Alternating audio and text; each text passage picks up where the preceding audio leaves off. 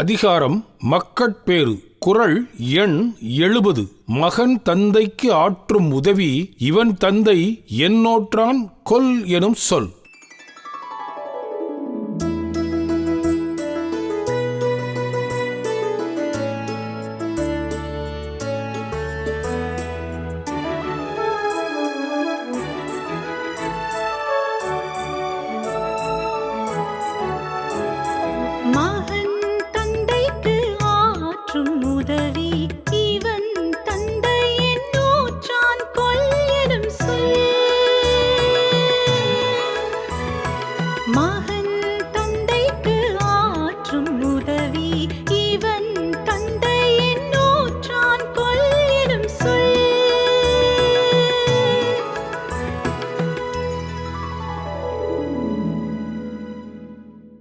மகன் தந்தை காற்றும் உதவி இவன் தந்தை என்னோற்றான் கொல் என்னும் சொல். இந்த குறளை அநேகமாக எல்லா தகப்பனும் தன்னுடைய பிள்ளைகளை பார்த்து வாழ்வில் என்றைக்காவது ஒரு நாள் கூறியிருப்பார்.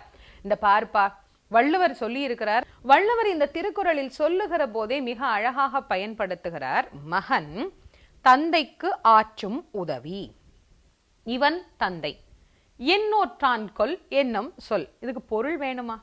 இது நீங்க நிறுத்தி படிக்கிற போதே இதனுடைய பொருள் மிக அழகாக நமக்கு தெரிந்து விடுகிறது. ஒரு பையனாக பிறந்தவன், ஒரு தந்தைக்கு மகனாக வந்தவன் செய்ய வேண்டிய உதவி என்ன? நம்மளை இந்த உலகத்துக்கு அவர் கொடுத்திருக்கிறார். அதற்கு ஒரு நன்றி கடனா அவருக்கு நாம் ஒரு உதவி பண்ணணும்னார். என்ன உதவி அப்படின்னு வள்ளுவர் அங்கே குறிப்பிட்டு இருக்கிறார். நான் சும்மா எங்க அப்பாவுக்கு சம்பாரிச்சு சோறு போட்டேன், நான் எங்க அப்பாவுக்கு வீடு கட்டி வச்சேன், நான் எங்க அப்பாவை மதிச்சு வாழ்றேன், அப்படியெல்லாம் அதெல்லாம் உதவியா அப்படின்னா சொல்லலை.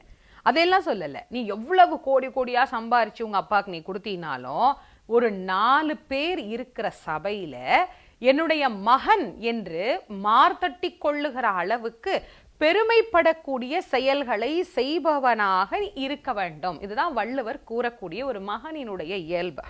அறிஞர்கள் நிறைந்த சபையில் ஒரு நல்லவர்கள் நன்கு கற்றவர்கள் இருக்கக்கூடிய சபையில் இந்த பிள்ளையை பெறுவதற்கு என்ன புண்ணியம் செய்தார்களோ இந்த பெற்றவர்கள், இந்த தந்தை எவ்வளோ முயற்சித்திருந்தா இந்த குழந்தை இப்படி வந்திருக்கும் என்கின்ற பெயரினை அந்த பிள்ளைகள் பெற்றுத்தர வேண்டும். பிள்ளைகளாக இருக்கிறவர்கள் ஒரு விஷயத்தை கண்டிப்பாக சிந்தித்து பாருங்கள்.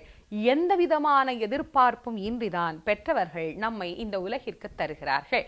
அவர்களுக்கு நாம் இந்த ஒரு சின்ன கைமாறு கூட செய்யலை அப்படின்னா அப்புறம் நாம் பிறந்ததற்கான அர்த்தமே இல்லாது போய்விடுமே.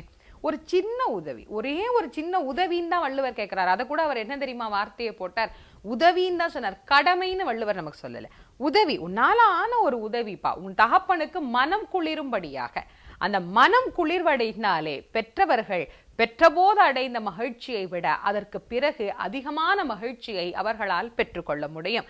அந்த மகிழ்வை நாம் நம்முடைய பெற்றோர்களுக்கு கண்டிப்பாக தர வேண்டும் என்பதைத்தான் வள்ளுவ பெருந்தகை இந்த திருக்குறளில் மிக அழகாக நமக்கு எடுத்து கூறியிருக்கிறார்.